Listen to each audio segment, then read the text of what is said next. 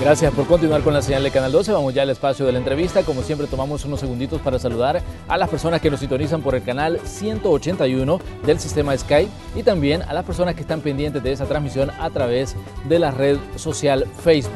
Es día lunes y el reinicio de labores luego del periodo de vacaciones. Recordemos que a nivel político quedaron temas pendientes. Uno de estos temas tiene que ver con la deuda previsional y ese es el que le vamos a poner en contexto a continuación. La última declaración que conocimos del ministro de Hacienda durante el periodo de vacaciones fue su afirmación de que sin los votos del partido Arena no se podrá hacer frente a la deuda de pensiones.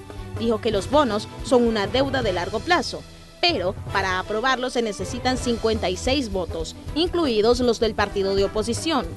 Sin un acuerdo político, la viabilidad fiscal de este país no tiene sentido, dijo Carlos Cáceres, y señaló que por ahora no hay opciones de pago más que endeudamiento, ya sea con bonos o préstamos, y que para eso necesitan el apoyo de los diputados.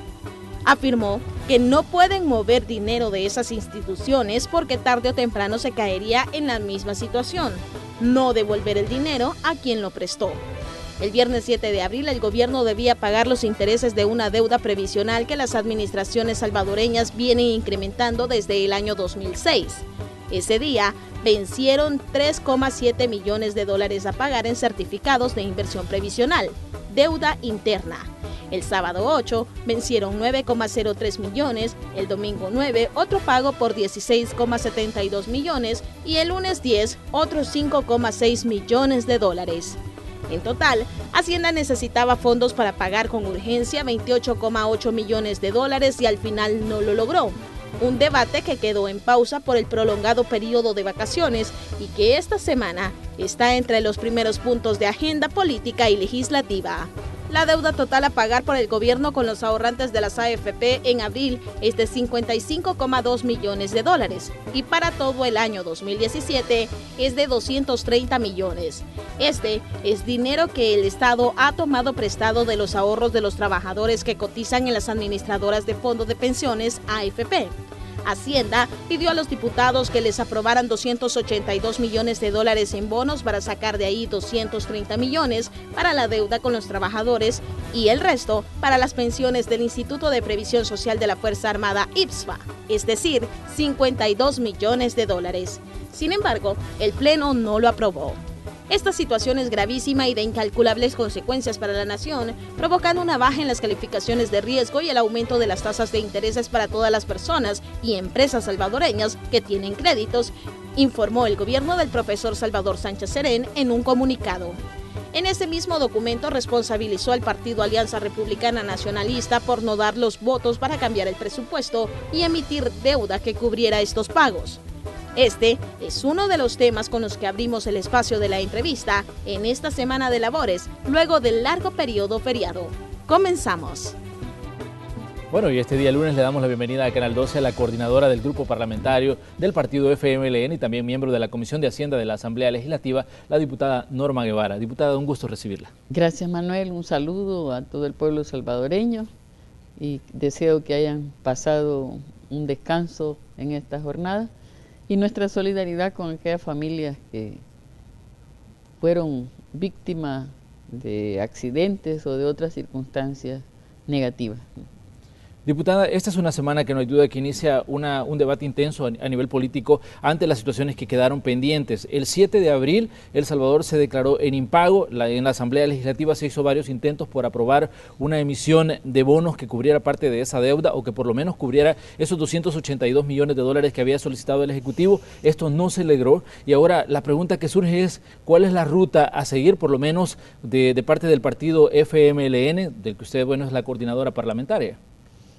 Bueno, Manuel, yo creo que lo principal es que el pueblo salvadoreño debe tener seguridad de que el país cuenta con un presupuesto para el año 2017 que asegura el pago de los servicios que la población recibe, que no son pocos, incluso aquellos beneficios sociales iniciados bajo gobiernos del FMLN, los subsidios, los paquetes escolares, la salud gratuita. Eso está debidamente asegurado en el presupuesto general del Estado que aprobamos en enero, a mitad de enero. En efecto, en ese presupuesto es bueno, antes que hablemos del FOP, que quede claro que está previsto el pago de 914.800.000 en pago de compromisos de deuda que vienen principalmente de gobiernos de Arena.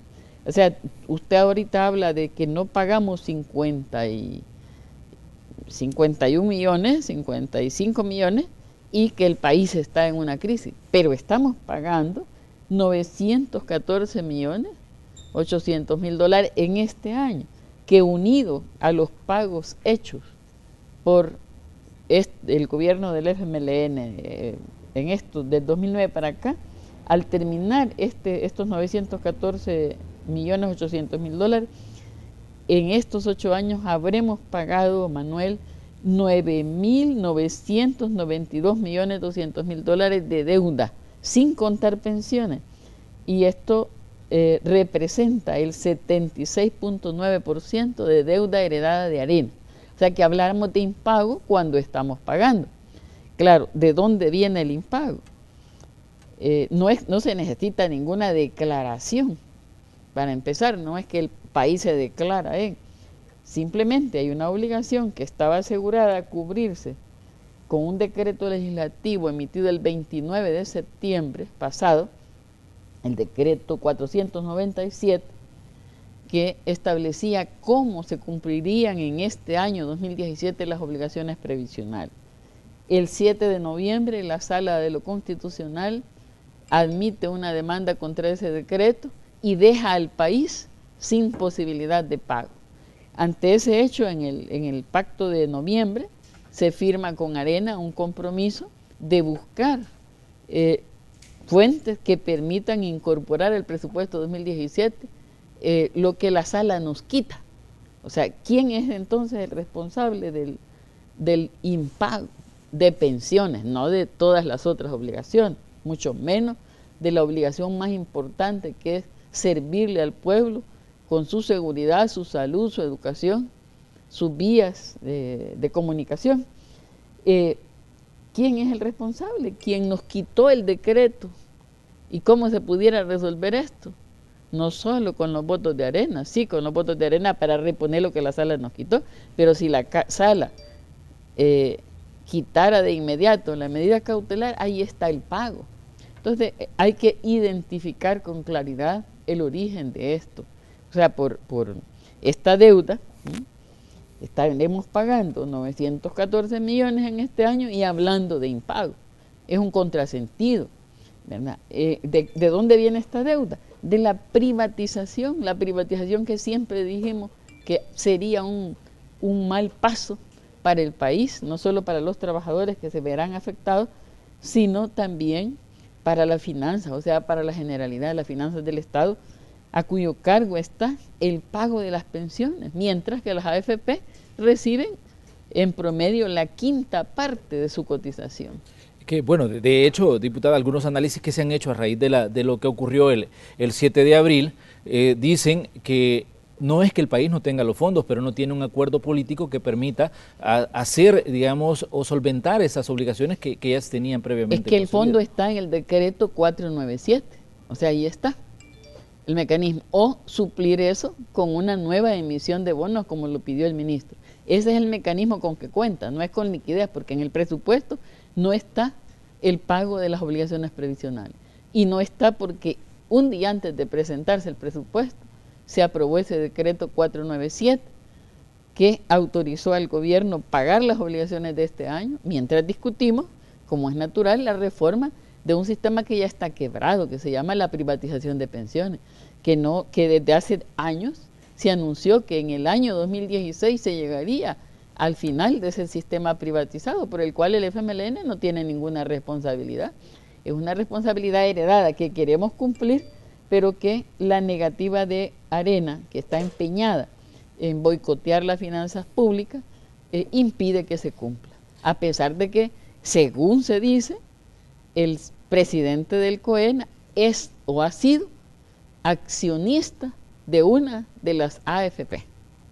Pero ¿ustedes continuarían buscando algún tipo de diálogo a nivel político para solventar esta situación en vista de que hemos visto cómo han entrado en pausa los procesos de acercamiento en las mesas técnicas en Casa Presidencial? Mire, bueno, con Arena, pero el resto de partidos nosotros queremos reconocer y agradecer la manera beligerante y activa con la cual todos han participado, ¿verdad? Todavía el día viernes ya en declarada prácticamente inactividad de plenaria. En la última semana estuvimos todo el día, primero los jefes de fracción, intentando evitar esta situación frente a las AFP, pero Arena se negó y seguimos intentando y todo el día pasamos ahí hasta las 6 o pasadas de la tarde, en la que pues dimos nuestra declaración haciendo un relato de todos los esfuerzos que se han hecho y de cuál es el origen de la situación en la que caeríamos justamente el día siguiente, ¿verdad? El día siguiente. Es un incumplimiento que tiene que ver con medidas que la Sala de lo Constitucional tomó en contra de un decreto y a la negativa de Arena de ayudar con sus votos a cumplir esta obligación. Pero obviamente, bueno, aunque el resto de partidos, la actitud, usted como dice, es diferente, necesitan de los votos de Arena para completar los 56 votos para aprobar una nueva emisión de bonos, para aprobar deuda.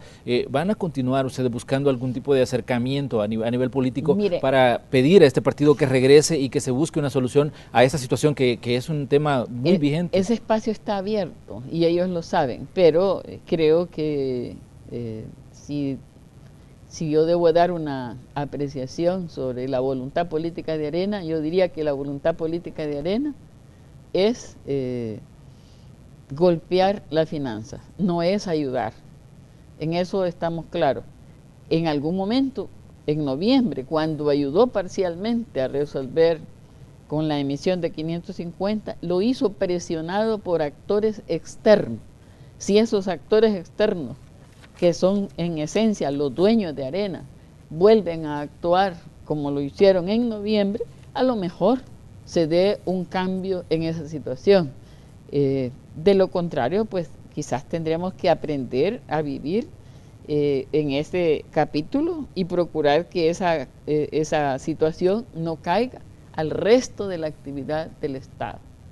A nosotros nos llama la atención la rapidez con la cual las calificadoras de riesgo pasaron al día siguiente prácticamente a evaluar, porque esas evaluaciones, Manuel y pueblo salvadoreño, tienen un costo y el gobierno salvadoreño no lo ha pagado. Los únicos que pueden pagarlo son aquellos que ganan cuando los intereses del Estado suben. ¿Y quiénes son los que ganan? El pueblo debe tenerlo claro. Los mismos que nos endeudaron y los que tienen en su poder los eurobonos y los bonos emitidos. ¿Quiénes son? No son funcionarios del gobierno de Salvador Sánchez Serén y de la FMLN, no, son gente de Arena, son grupos económicos de este país que tienen en sus manos los bonos vendidos por el Estado y que ganan intereses sin mover un dedo, yo digo sin mover ni el dedo meñique, y ganan. ¿Por qué? Porque una calificadora nos coloca en un nivel menor y con eso ellos ganan. Entonces, ¿quiénes son los interesados en esas calificaciones? Son los mismos que nos han endeudado. Le estoy explicando, mire, en estos del 2009 para acá, hasta cuando finalice este año, habremos pagado casi 1.000 millones, sin pensiones, sin la deuda de pensiones. Y de estos son 4.416.200.000 en amortización, 5.583 millones en intereses. Y es prácticamente el 76.9, 77% de la deuda. ¿Quién es el que contrajo la deuda? Gobierno de Arena. ¿Quién se opone hoy a que paguemos este tramo chiquito de la deuda frente al otro que estamos pagando? Arena. Entonces, el pueblo debe tener claro, y las AFP también deben estar claras, que no se puede reformar el presupuesto sacrificando ni paquetes escolares, ni salud, ni medicamentos, ni vacunas para pagarles a ellos. Diputada, porque teníamos un decreto que facilitaba pagarle y son ellos mismos los que han ido ante la sala a pedir la inconstitucionalidad. diputada, usted, bueno, anteriormente habíamos hablado de este tema y había salido a la luz una situación que me pareció importante traerla nuevamente a colación, lo de una asfixia financiera. Sí. ¿Siguen percibiendo ustedes que se está buscando asfixiar a la administración del profesor Salvador Sánchez Pues Serén? mire, los hechos hablan, no es un problema de que nosotros lo decimos, es que vea todos los decretos que la Sala de lo Constitucional ha pedido de Arena, y lo último es lo que fue hacer el diputado Cuadra, a pedir la inconstitucionalidad del decreto del presupuesto, de donde él recibe su salario y de donde se están pagando las deudas que incluso se robaron funcionarios de administraciones de Arena, y lo digo con esta forma porque así me lo pidió una señora en la calle. Me dijo, usted va a la televisión, por favor, haga ver que lo que estamos pagando, parte de eso se lo robaron. Yo no he ido a la escuela, pero estoy informada, así que yo le cumplo ahora a esta amiga que me pedía eso. Es cierto, estamos pagando en esta deuda lo que se robaron al no construir la Diego de Holguín, lo que se robaron al no construir el hospital de maternidad, lo que se robaron cuando no equiparon los hospitales, y lo estamos pagando porque es una obligación del Estado que ellos contrajeron, y es a nosotros a quien nos está tocando ahora pagarlo.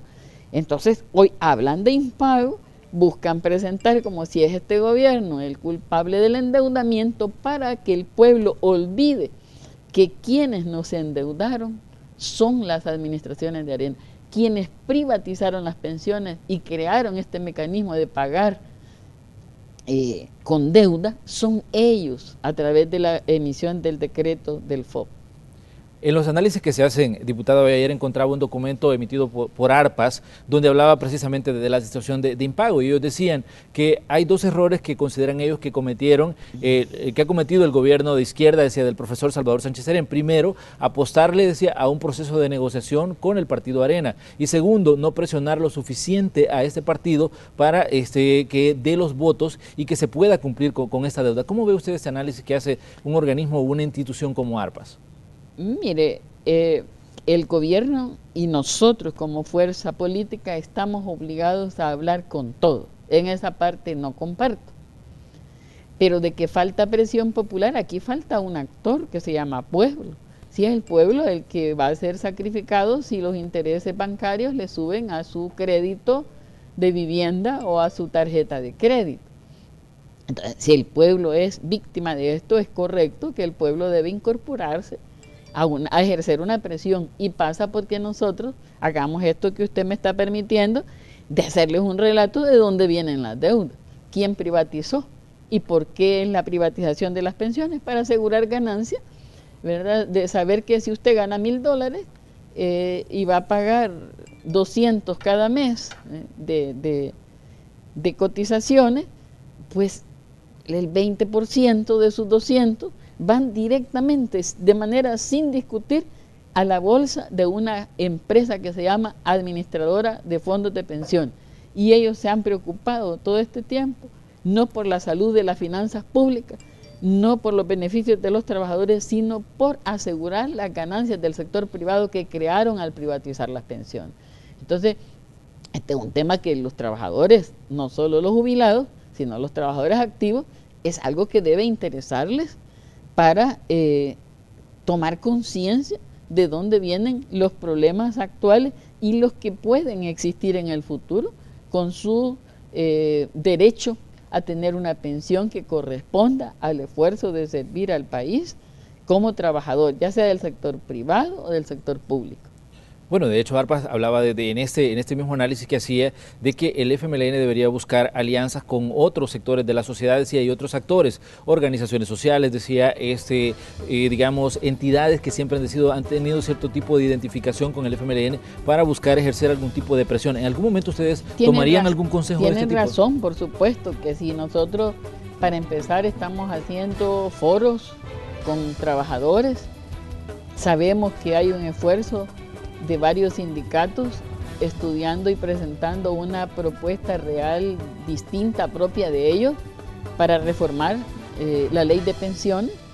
La deuda que tiene el país, más de la mitad del déficit fiscal viene de la deuda de pensiones, que se aprobó con votos del FMLN.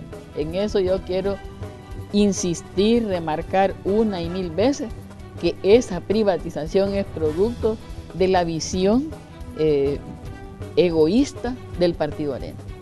Vamos a hacer una pequeña pausa comercial, pero ya regresamos con la conversación que estamos sosteniendo esta mañana con la coordinadora del grupo parlamentario del partido FMLN en la Asamblea Legislativa. Ya regresamos.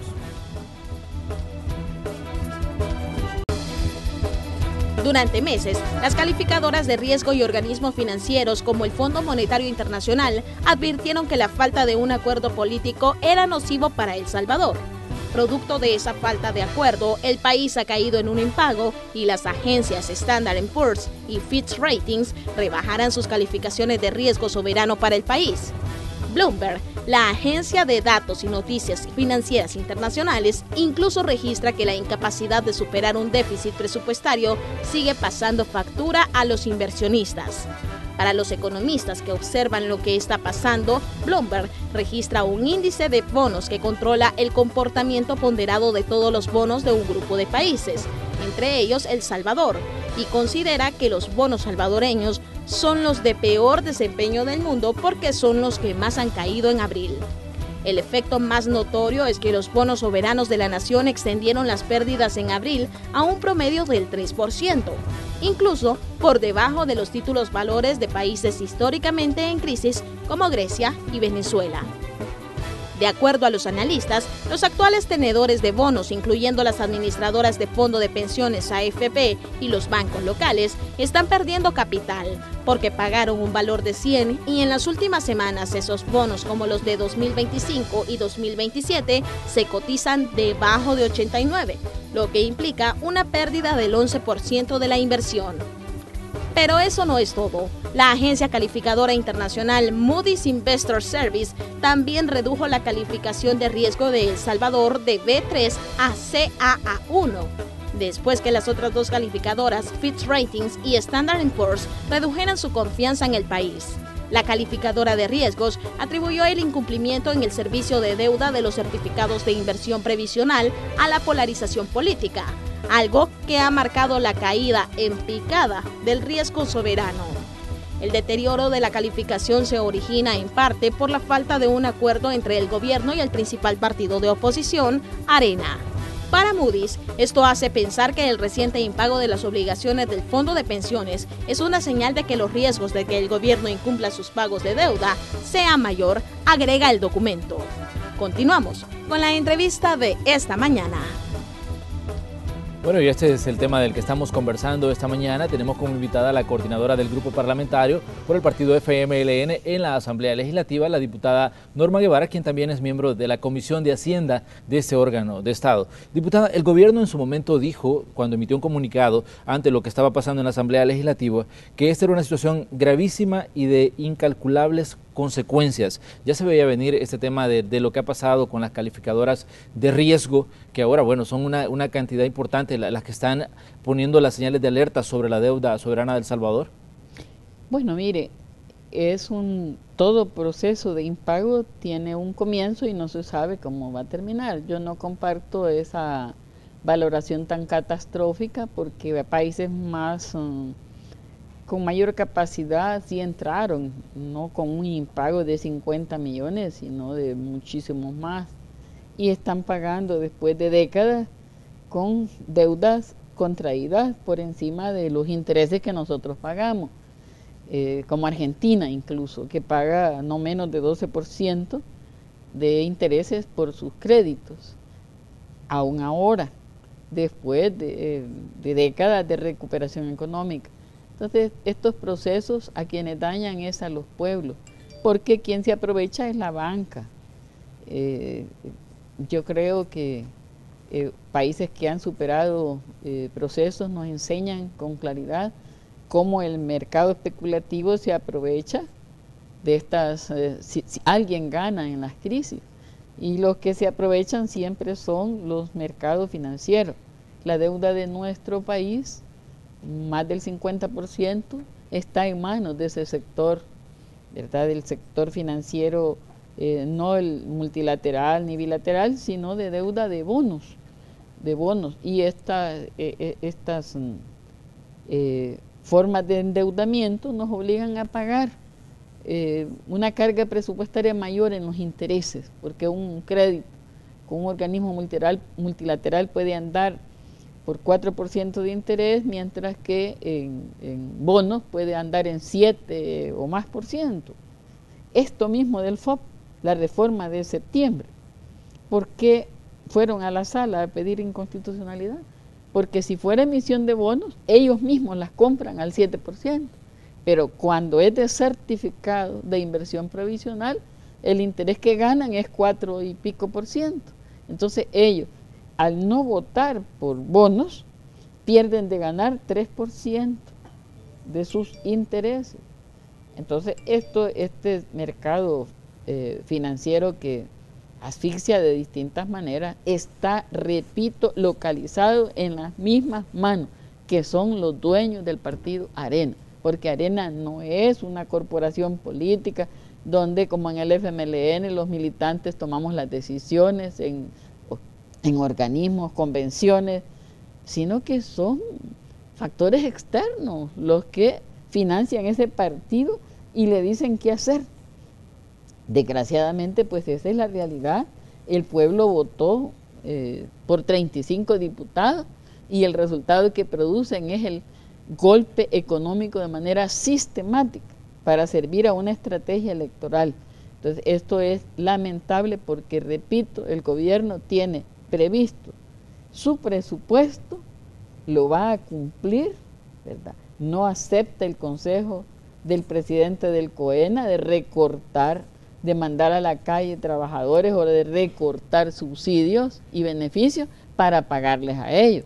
De hecho, diputada, el mismo 7 de abril Arena decía en un comunicado que el problema del gobierno es que no cambia la forma en la que gasta, decía, no equilibra ingresos y gastos. Y esto ¿tiene algún sentido usted este mensaje que enviaba la gente de Arena a través de este comunicado emitido ese día? No es cierto, ¿verdad? Y ellos lo saben, en privado lo saben, reconocen. El presidente hizo recientemente un informe a todos los partidos donde muestra que con medidas de recorte en el presupuesto está ahorrando más de 126 millones y que es un gasto modesto, pero que asegura la inversión social. Esa es la prioridad, ¿verdad? Y basta con ver el presupuesto para darse cuenta de eso. Que no nos vengan a decir que cerremos hospitales, que recortemos la policía o que cerremos escuelas y que quitemos maestros. No lo vamos a hacer. ¿Cuál va a ser el camino a seguir? Pues seguiremos buscando. Es obligado seguir buscando. Ahí las organizaciones sociales hacen recomendaciones, que yo creo que la comunidad política más sensata, los partidos que no están en favor de bloquear sistemáticamente y dañar al pueblo, pues tenemos las opciones para seguir buscando ese camino que le dé a la autoridad hacendaria una capacidad mayor de fiscalizar y obtener los pagos que sean necesarios. Sin embargo, el problema de pensiones, que es por donde ha iniciado este fenómeno llamado impago, requiere una reforma a fondo, ¿verdad? Es un sistema agónico que merece ser reformado y no va a ser la solución mantener exclusivamente la forma privatizada. Tiene que abrirse la cabeza para buscar una opción que dé estabilidad y garantía de pago a las pensiones. El Partido Arena decía también en su comunicado el 7 de abril que el gobierno tenía la capacidad de transferir fondos del Ministerio de Hacienda y solventar las obligaciones que tenía. Y decía, y concluir de esta forma el teatro que ha montado el gobierno con el tema del impago. Me gustaría que me diera usted su versión sobre estas declaraciones. No hay ningún teatro. Cuando la calificadora nos baja, quien va a poner la posibilidad de aumentar los intereses es el banco, los bancos. Y quien va a sufrir es la gente. Eso no se llama teatro, eso se llama daño. Y lo han ocasionado ellos con su negativa. Primero, con su demanda de inconstitucionalidad y la sala por admitirlo y establecer una medida cautelar, del decreto 497 y luego ellos al negarse a buscar una solución alternativa. Ellos son los responsables y no hay ningún teatro, no hay ningún teatro, es la realidad. Lo que pasa es que cuando ya se dan cuenta que el pueblo va a sentir el efecto de su bloqueo financiero sistemático, entonces empiezan a decir que es mentira. No hay otra manera, porque el gobierno no puede gastar como gasta un particular, solo lo hace si tiene en el presupuesto establecido ese pago. Y no lo estableció porque un día antes de presentar el presupuesto, el 30 de septiembre, se aprobó el decreto 497 que autorizaba al gobierno a pagar las obligaciones correspondientes al año 2017, haciendo el uso del mismo crédito con que ya se pagan las pensiones. Entonces esa es la demanda que nos tiene en esta situación. ¿Quiénes son entonces? Arena y La Sala. Allí están los responsables de esta situación. ¿Dónde puede estar la solución? En La Sala, en Arena, para el tema y en la reforma, en serio y a fondo, del sistema privatizado de pensiones. El resto de la deuda, repito, está en el presupuesto consignada y se está pagando.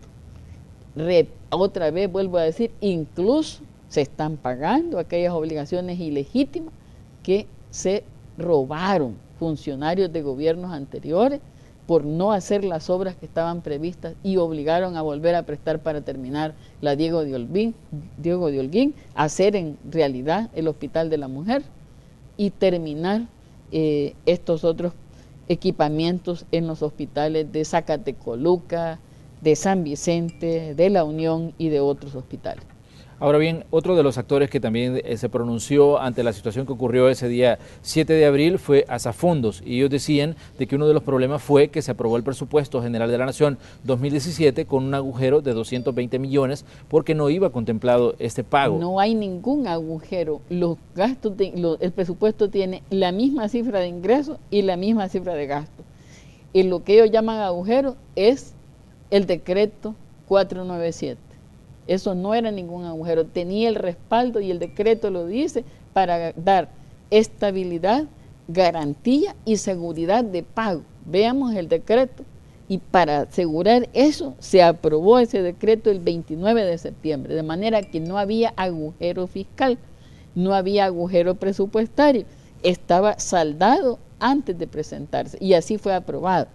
Y tan era cierto y lo comprendía Arena, que es parte de las AFP, pues su presidente ha sido o es socio de las AFP, que el 10 de noviembre, cuando se hizo ese acuerdo fiscal en Casa Presidencial, en el número 3 ellos establecieron que buscarían continuar el diálogo para encontrarle solución al tema del decreto, de la admisión que la Sala había hecho unos días antes, de las pensiones del IFA, que también es otra deuda que no la contrajo el FMLN ni el gobierno del presidente Sánchez Serén, sino que ellos, Calderón Sol y Cristiani, y aquí hablo de deuda política, no hay deuda financiera, porque el IFA es una entidad pública financiera, no es del sector no financiero.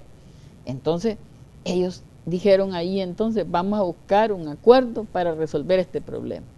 Pero se han empecinado y en privado lo que dicen, unos están de acuerdo en resolver y otros no están de acuerdo en resolver en Arena. O sea, unos pujan por una estrategia a fondo de inestabilidad financiera y otros se dan cuenta que eso nos puede llevar lejos y quisiera, pero no tienen el valor de dar los 8 votos que faltarían para resolver estos problemas.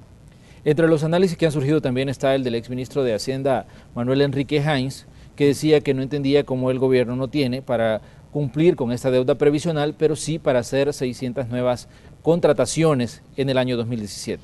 Mire, ese señor fue ministro de Hacienda, no es ningún ignorante, es un perverso, perdónenme que se lo diga, porque yo admito que gente que opina por desconocimiento pueda decir barbaridades. Cada año el FITL contrata y son contratos anuales. Lo nuevo que hay en esas contrataciones es que son públicas, son transparentes, como no lo hicieron en los gobiernos de Arena. Entonces, para cumplir los fines del Estado y los programas sociales se necesita recurso humano. Entonces, no es un problema de desajuste. Y ellos sí se presentan aparentemente escandalizados por la transparencia, simplemente. No es que se esté haciendo contratación, año con año se hace, y lo que ocurre es que ahora se hace por un portal público donde las personas dicen yo reúno los requisitos y aquí me presento, y hay quien va a evaluar las competencias y se van a dar esos empleos a quienes mejor capacidad tengan de hacer las labores necesarias. En medio de todo esto, diputada, surge la pregunta qué va a pasar con el pago de esta deuda, porque recordemos que en este momento está en discusión los 55.2 millones que se tenían que abonar en el mes de abril de intereses y capital del compromiso adquirido con el gobierno. Es el segundo, mire, nosotros, el gobierno pagó el primer trimestre porque estaba vigente el presupuesto 2016 debido a que no fue aprobado el año pasado. Quedan 3 trimestres y juntos esos 3 trimestres para el FOP representa unas obligaciones de 189 millones aproximadamente. Este es el primero, después vendrá julio, después vendrá octubre. Sencillamente, si no hay con qué, para pagar hay que tener con qué. Y la sala nos quitó el con qué. Entonces, no se les va a pagar. Pero que ellos, por esta vía, presionen a despedir o a cerrar servicios en un gobierno con la sensibilidad social y compromiso con el pueblo, como lo tiene el gobierno del presidente Salvador Sánchez Serén, no va a ocurrir. No va a ocurrir, sencillamente. Seguiremos. Y cuando la sala quite la medida cautelar o resuelva que el FOP es inconstitucional todo, desde que se aprobó, porque es una deuda que no se aprobó con garantía soberana del voto de 56 diputados, pero como es del gran capital el interés, la sala no lo ha declarado inconstitucional nunca. Entonces, que resuelva la sala o que vote Arena, entonces habrá pago a las AFP. No hay otro camino. Diputada, creo que es importante que cuando hablamos del FOP, aclararle a las personas que nos sintonizan que nos referimos al Fideicomiso de Obligaciones Previsionales creado en el año 2006 durante la administración del expresidente Elías Antonio Zácara. Y de Arena. Exactamente. Fue cuando empezó este tema de los préstamos para el pago de temas previsionales. La deuda, sí, que nos ha tocado estar pagando estos años, pero que ellos sencillamente crearon el mecanismo de tomar prestado para pagar pensiones. Tomo de aquí, de esta tasa, para darle a este vaso, pero yo solo voy a pagar el interés y el abono a capital. Y esta deuda es la que ha venido haciéndose cada vez más grande. No votamos nosotros por ese fideicomiso, pero nos está tocando cumplirlo. Y hoy son ellos los que crearon esa deuda, los culpables del endeudamiento, los que se niegan a buscar los mecanismos que permitan cumplir esas obligaciones.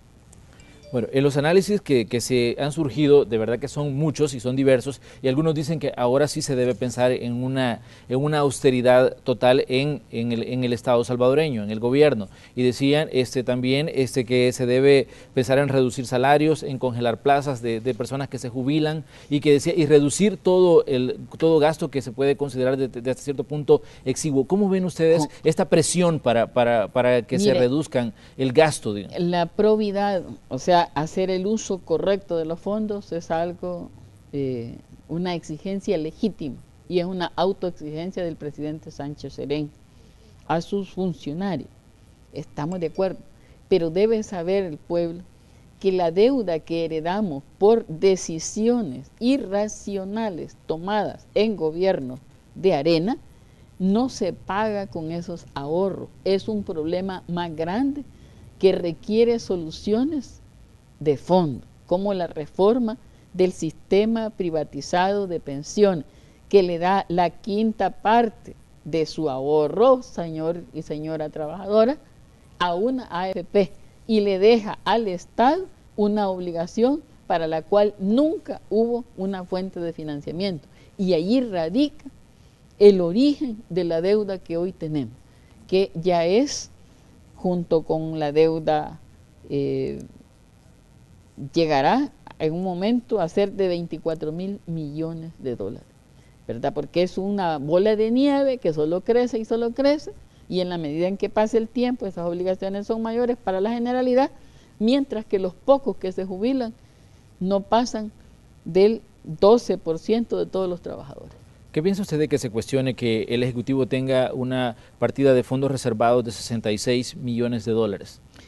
Pues mire, si los tiene y los ha tenido siempre, porque le permite cumplir obligaciones que no son confesables porque es para la seguridad, incluyendo la OIE, pues debe seguirlos teniendo. Lo que no hay en el presidente Sánchez Serén es el mínimo asomo de ser una persona que roba fondos del Estado para uso personal. Y la forma de vida de él y de la mayoría inmensa de sus funcionarios, igual que la vida de los dirigentes del FMLN, es la mayor constatación de que estamos para servir al pueblo, para atender y resolver sus necesidades que a lo largo del tiempo han sido ignoradas, para crear vías que permitan una mayor inversión, ¿verdad? Por ejemplo, las calles. Haga la cuenta lo que se ha hecho bajo los gobiernos de Arena, Los Chorros, Acajutla, los pasos a desnivel, los caminos rurales, más de 700 cárcavas eliminadas. ¿Cuándo en el pasado estos problemas se atendieron de otra manera? En cambio, hoy lo que tenemos, mire usted, este año estamos pagando 914.800.000 y vamos a recibir en créditos, desembolsos, 240 millones. ¿Cuánto recibimos y cuánto pagamos? Este es el balance del endeudamiento heredado por las administraciones de Arena, ¿verdad? Vamos a recibir, ¿se acuerda el presupuesto? 240 millones y vamos a pagar 914 millones. Ahora bien, diputada, cuando se analiza la situación del tema previsional, también se menciona que el no pago de este compromiso del gobierno es solo la punta de una montaña, porque abajo están otras consecuencias que trae los problemas que está enfrentando, de hecho, el gobierno del profesor Salvador Sánchez Serén para que se le aprueben más bonos, más deuda en la Asamblea Legislativa. Al revés, si hubiera votos, si resolviéramos, por ejemplo, el préstamo para Ciudad Mujer, habría desarrollo. Si resolviéramos la carretera que va del aeropuerto después de Zacatecoluca hasta el puente, resolviéramos y tendríamos más inversión. Si resolviéramos los fondos SIDA, tendrían los productores más oportunidades. Nosotros dimos 103 veces votos para esos créditos en el pasado. Arena hoy se niega a facilitar inversiones que permitan mayor desarrollo más acelerado en el país. Entonces, por una parte exigen gastos y pagos, pero por otra evitan, más bien impiden, bloquean la inversión. Y no es cierto que en el pasado hicieron ellos calles sin prestar, lo hicieron bajo préstamo, como casi todos adquirimos nuestras viviendas o nos endeudamos para eso. Así ha sido la historia del Estado. Lo único que bajo el gobierno del FMLN los préstamos se han invertido y rápidamente en las cosas para las cuales se contrataron, ¿verdad? Entonces, este aspecto no es cierto de que no se necesitan los votos son necesarios. Si no hay, igual, ¿verdad? Seguiremos luchando y el gobierno no va a recortar los beneficios sociales, repito, ni va a despedir trabajadores. Pero, ¿qué va a pasar, diputada, considerando de que Arena dice que es responsabilidad del FMLN, el FMLN considera que, gran parte de los problemas son responsabilidad de Arena y en medio de todo esto, una situación que el mismo gobierno ha calificado de grave? ¿Qué va a pasar ahora?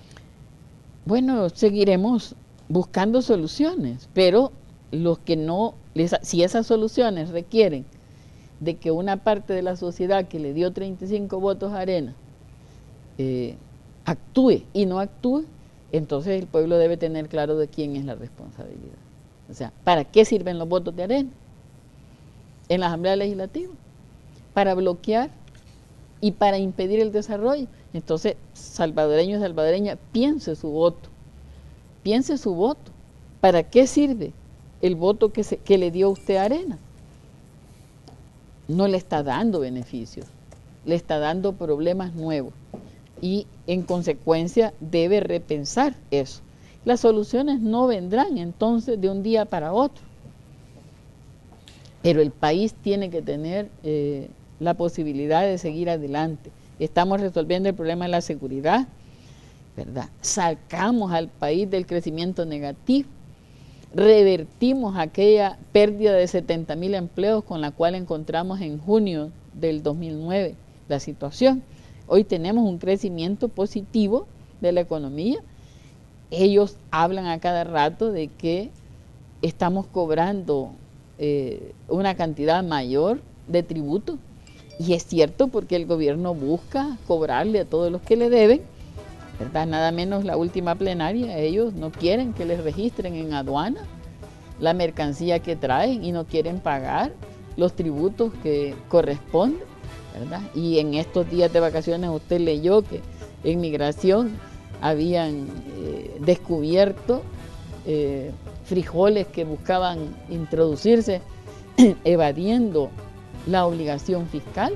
Entonces esos procesos van a continuar, el pueblo va a seguir, no se acaba porque al FOP se le deben 55 millones, la vida sigue, debemos seguir luchando todos los salvadoreños, tener seguridad que en nuestras manos está, más temprano que tarde, resolver problemas serios.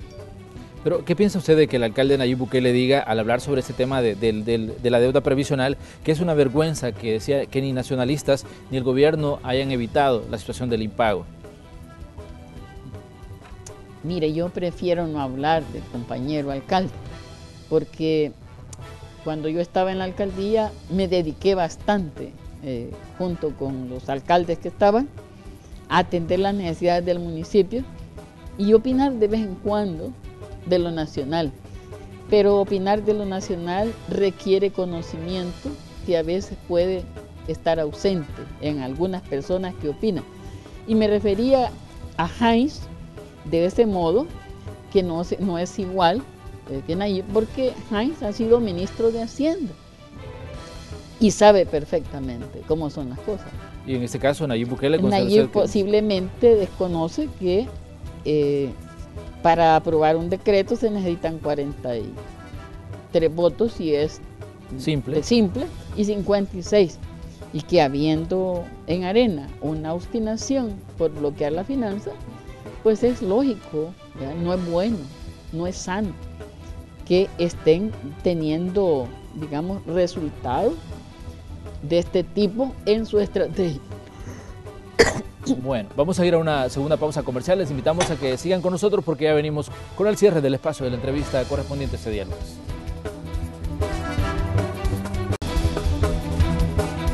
Bueno, estamos ya en la recta final del espacio de la entrevista correspondiente a esta mañana de día lunes 17 de abril de 2017, reiniciando labores en un día ya normal de actividades, sobre todo para el sector privado. Hemos estado conversando con la diputada Norma Guevara sobre diferentes temas, entre estos el de la deuda previsional que está pendiente y que no hay duda que va a ser un tema de debate en la Asamblea Legislativa durante esta semana. Diputada, me gustaría también que me diera su opinión sobre otros temas que están en la agenda y que han surgido también durante este periodo de vacaciones. El expresidente Mauricio Funes decía en una declaración que daba a través de redes sociales que en el país hay sectores que no van a descansar hasta verlo preso. ¿Qué evaluación hace usted de esta declaración que daba el expresidente desde Nicaragua, considerando de informaciones que han salido con el caso Odebrecht, donde supuestamente se ha mencionado un testigo de que se le entregó $1,5 millones para financiar su campaña? ¿Qué valoración hace usted como parte del FMLN y como también como una voz importante dentro de la vida política del país? Mire, yo creo que desde que el presidente ganó la presidencia y Arena la perdió, aquí en el país había una clara obsesión para perseguirle y creo que quizás eso es lo que él percibe, ¿verdad? Porque yo también he leído la contraparte de eso, que son las declaraciones, que las creo, de la doctora Wanda Piñato, descalificando esas afirmaciones. Y yo creo de que es correcto que no solo conozcamos las amenazas y la difamación, sino también la versión de la persona ofendida, porque según esas informaciones ella era eso, pero sus declaraciones están a la vista, las he leído y estoy clara de que están como familia en medio de un ataque sistemático por demostrar cómo no hay, cómo probar que hay enriquecimiento ilícito. Entonces buscan mecanismos para involucrarlos en otro tipo de delitos. Pero el 30 de marzo, el fiscal general de la República decía que de hecho hay una investigación criminal contra el expresidente Funes.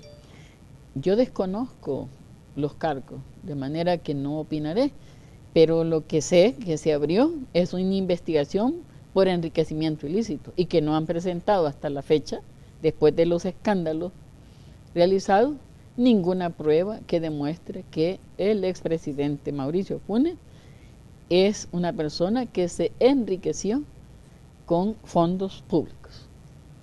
Ahora bien, diputada, yo sé que a usted este es un personaje que dice usted que no se le debe dar mayor importancia, pero el exalcalde de San Miguel, Will Salgado, de hecho la ponía usted a la cabeza de la fórmula presidencial del FMLN para 2019. Decía que usted y Medardo González iban a hacer la fórmula con que el FMLN iba a competir. Afortunadamente en el FMLN quienes tomamos las decisiones somos los militantes y dirigentes del FMLN y no Will Salgado. Así que no nos vamos a ocupar de semejantes afirmaciones. Bueno, diputada, me gustaría que me diera su conclusión respecto al debate que ya está abierto en la Asamblea Legislativa y que no hay duda que va a seguir acaparando muchísimo del análisis que se hace a diario en medios de comunicación, el tema pensiones. ¿Cómo ve usted el panorama para esta semana y las semanas que vienen en cuanto a la discusión política que se va a hacer de este tema que nos mantiene a todos a la expectativa? Mire, hubo un momento en el que el presidente de manera responsable y con tiempo presentó una propuesta para modificar a fondo el sistema privatizado de pensiones y dar estabilidad y seguridad de pago presente y futuro. Frente a esa propuesta se levantó la campaña de que era el robo del siglo. Hoy está mostrado que es el Estado quien paga, no quien recibe esos fondos. Y creo que las fuerzas políticas diversas que estamos en condiciones y posibilidades de tomar decisiones, las que todavía no se convencían de que la reforma es necesaria, puede que con los datos en la mano se pueda abrir un debate nuevo en condiciones diferentes, de las cuales infaltablemente los trabajadores tienen que ser parte. Para el FMLN no puede haber, como lo hubo en Arena, un entendimiento con la banca, los seguros y los nuevos dueños de las AFP para entenderse por debajo y hacer la ley a como diera lugar, ¿verdad? Contra toda advertencia, sin estudios actuariales, sin el impacto fiscal, analizar. Para el FMLN esta decisión debe ser tomada con la participación de los trabajadores y nosotros estamos prestos a escuchar sus opiniones, porque la propuesta que ha llegado, si bien está suscrita, la otra que no es la del gobierno, por supuestamente 40 organizaciones laborales, pero son de las 40 menos conocidas como verdaderos representantes de organizaciones laborales. Nosotros hemos conocido las marchas que hubo, por ejemplo, el 31 de marzo, pidiendo una reforma verdadera, y ahí los trabajadores en frente de la Asamblea se comprometieron a presentar después de vacaciones una propuesta que nosotros esperamos y ojalá sirva a este debate. Diputada, le queremos agradecer que haya venido a conversar con nosotros en este primer día laboral luego del periodo de vacaciones. Y yo, Manuel, quiero agradecer a Canal 12 y a usted la oportunidad que me ha dado esta mañana de situar nuestra visión sobre uno de los temas y hacerle al pueblo el llamado a tener la seguridad de que lo fundamental de su vida, de su salud, su seguridad, trabajaremos para que siga adelante. Bueno, nosotros así cerramos el espacio de la entrevista correspondiente a este día lunes. Les invitamos a que sigan con Canal 12 porque tenemos mucho más que informarles en la segunda parte de Noticiero Hecho. Ya volvemos.